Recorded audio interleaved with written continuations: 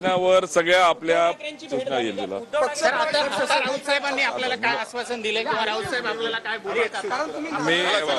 आपण समाजातला अत्यंत महत्त्वाचा घटक आहेत। आपल्या सगळ्यांचा मी मनापासून आदर करतो।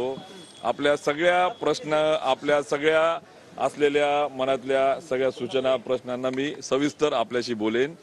आता मला असं वाटतं की आज बोलणं उचित नाहीये, त्यामुळे मी विनंती करतो की आपण जास्त हट्ट धरला तर तुम्हाला नाही म्हटलं तर मला वेदना होतात, त्यामुळे मी आपल्याशी मोकळा संवाद साधेन।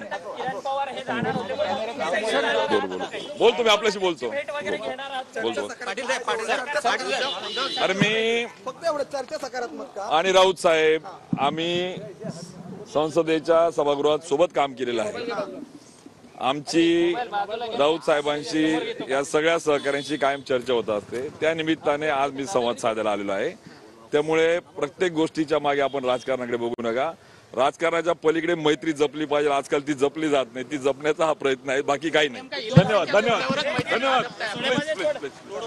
आपण पाहिलं तर मी सविस्तर बोलेन असं उन्मेष पाटील यांनी म्हटलं। उन्मेष पाटलांनी आज सामना कार्यालयामध्ये जाऊन संजय राऊत यांची भेट घेतलेली आहे। उन्मेष पाटील यांना उमेदवारी नाकारल्यानंतर उन्मेष पाटील भाजपात नाराज आहेत आणि त्यामधूनच ते ठाकरे गटामध्ये प्रवेश करणार अशी चर्चा देखील आहे। मात्र उन्मेष पाटलांनी आज संजय राऊतांची भेट घेतली। सविस्तर नंतर बोलेन असं उन्मेष पाटील यांनी म्हटलं आहे।